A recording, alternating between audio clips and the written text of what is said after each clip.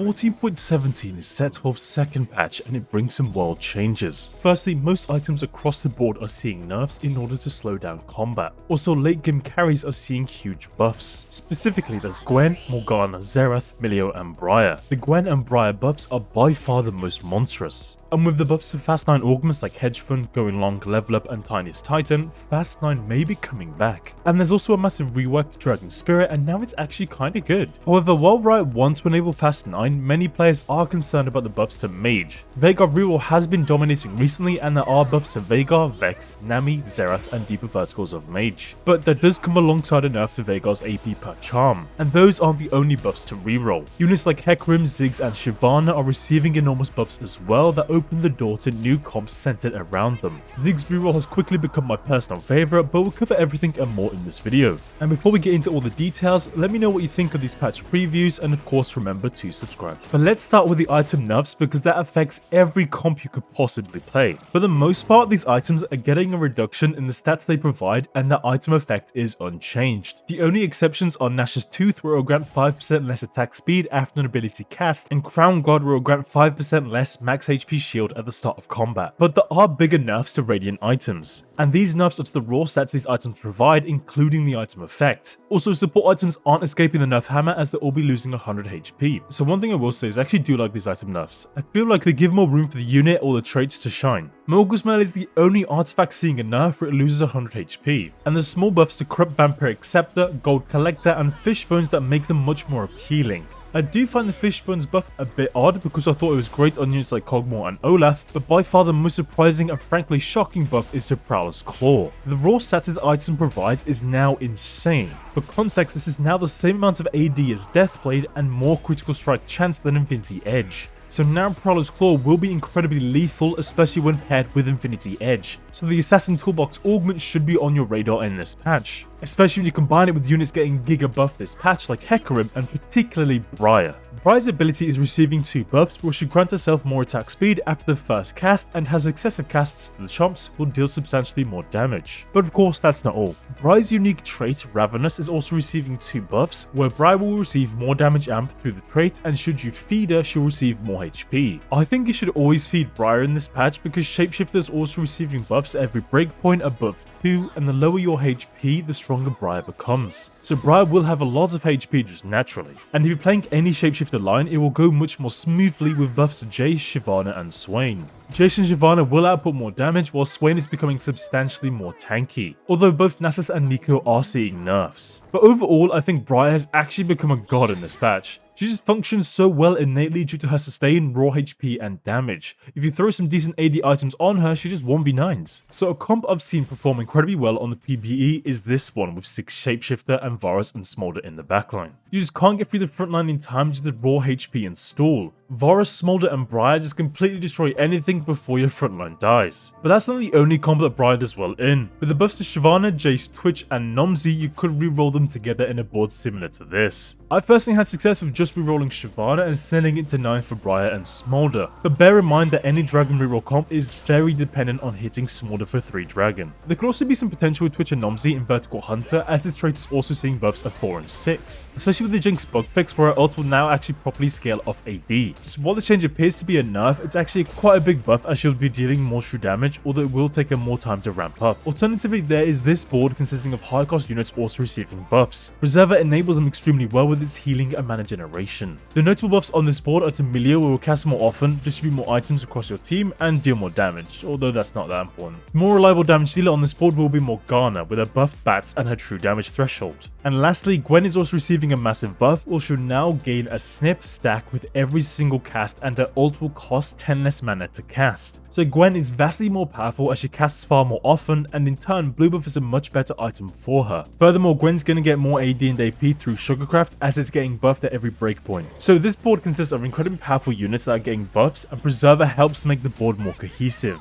But before you can get there, you can play this comp at level 8 and 2-star all of your units. As it turns out, Katarina is a very good item holder for Gwen as they're both AP warriors. I don't personally like staying on 4 warrior in the late game because if they're not 3-starred, Akali and Neela aren't really doing much. And Akali is seeing a nerf in this patch that will make this even more true where her AD ratio on her kunai damage is decreasing. Furthermore, the Warrior, Omnivamp, and Damage Amp is getting nerfed at 4 Warrior, so personally I think it's either 2 or 6 Warrior and usually never 4. Although generally, I am suspecting that any comp that has Briar in it will be way stronger. But also, let's talk about the buffs to Veigar Reroll, as I expect many players to be completely surprised with these changes. Both Veigar and Vex will be stronger at 1 and 2 star, although Veigar is getting a slight nerf at 3 star and his AP per charm is going down to 2. Now actually, I am a fan of these changes for one reason, and that's because Veigar and Vex felt useless if they weren't 3 starred. But now Veigar Reroll is a lot more achievable because you lose less HP getting there, and so you can roll for longer and hit. A bottleneck of Veigar Reroll was the sheer amount of gold required, as you both had to reroll at level 7, but also go to level 9 to find Xerath.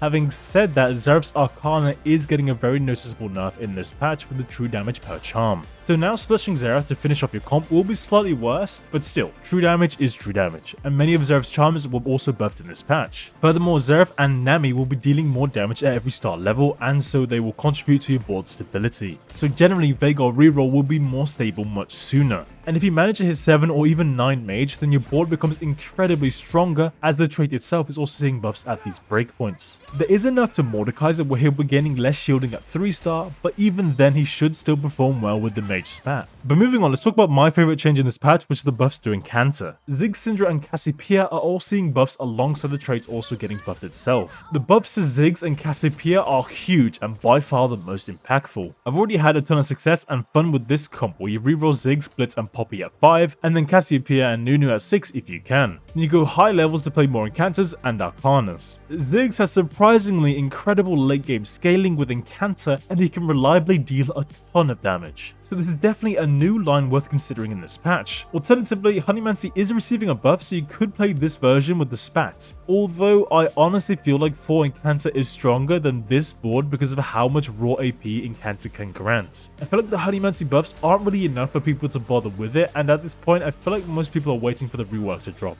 But you may see more Witchcraft in this patch through the Potions 2-1 Augment, as it will grant more AD and AP to your witches. I'm not entirely sure about how the witch line goes, so if you know, please let me know. But that is a nice thing about this patch, there are more potential lines you can play. For example, there's also a new line around Hecarim Reroll, as he's getting massive buffs in this patch as well. His charge and cleave damage is going up, his base HP is increasing, and his ult's mana cost is going down. Furthermore, 5 Multi-Striker is seeing some love, and so is Hecarim's Arcana bonus. So if you want to play Hecarim Reroll, there's 2 versions I'd recommend. Firstly, you have this one around the buff 5 Multi-Striker, where you reroll Hecarim with Katarina and Shen. Shen is also seeing some buffs to his damage reduction, and so he should be a more reliable tank. Alternatively, you could play around Hecarim's buffed Arcana with this board. Again, you reroll Hecarim with Shen as your tank and Katarina as your AP damage. But if you miss Katarina 3, then replace her with Milio. The biggest difficulty I had of Hecarim Reroll is trying to 3-star him, as he is commonly contested. Also, Kat does a surprising amount of damage on this board, especially with Xerath's Arcana, even after its nerf in this patch. Which is why I think Xerath's Arcana is still just better. True damage is literally the best source of damage in the game, and it's great at getting through tanks too.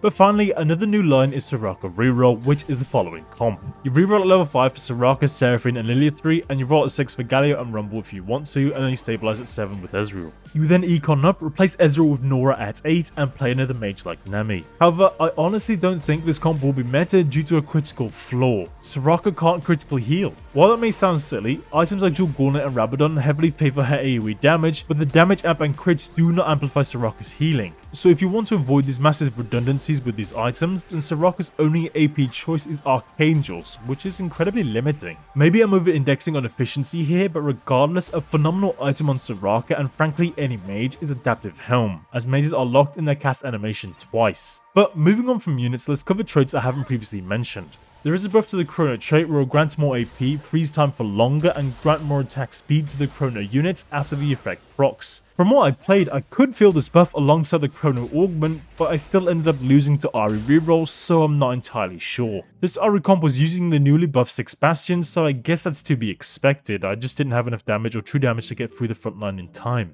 I'm just kinda glad it wasn't 8 Bastion, although I don't think I've ever seen that yet. I have no idea if 8 Bastion is even remotely good, so if you've seen it or played it, let me know how good it is. At the very least, this may open up the possibility of playing 6 Bastion with Poppy, Lilia, or Nunu's hero augments. And lastly, let's cover augments. Firstly, let's cover the rework to Dragon Spirit because it has been somewhat controversial recently. This augment used to grant components based on healing done, but with the drastic healing nerf to Dragon's Claw, that hasn't exactly been working out too well recently. Nonetheless, this augment will now increase the power of Dragon's Claw by granting units an extra 100 HP and 10% damage reduction if they have a Dragon's Claw equipped. Now, before you ask, no they don't stack. Multiple Dragon's Claws will not grant more HP or damage reduction on the same unit. But even with that, this augment does feel quite good now as a single Dragon's Claw provides a ton of raw stats. But with that, let's move on to the combat augments. Now, I do want to highlight Avengers of Fallen and Combat Bandages as these augments favour melee comps like Warriors, especially with Combat Bandages heal proccing at the same threshold as the Warrior damage bonus. Although Combat Bandages is bugged in this patch and at some point will no longer heal your units, so proceed with caution. Apparently this augment stops working altogether after stage 5. Flexible is receiving yet another nerf, but truthfully I still think this augment can be incredible solely based on the stats you receive and especially if you get multiple of the same.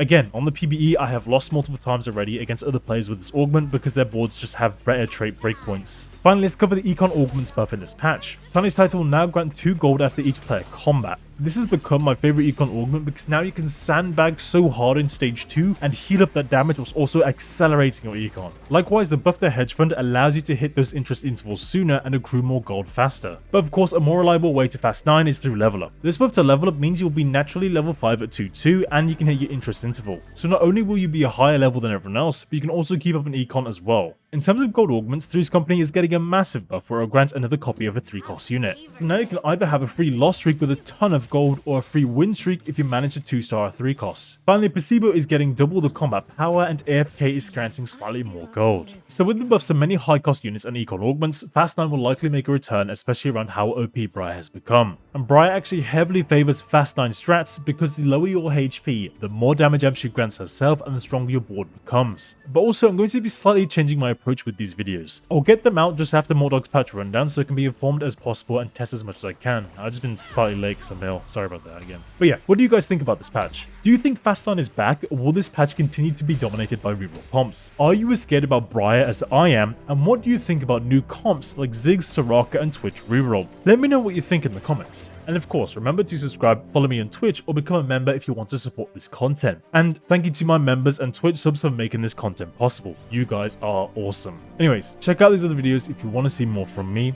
And as always, thank you for watching, and I'll catch you in the next one.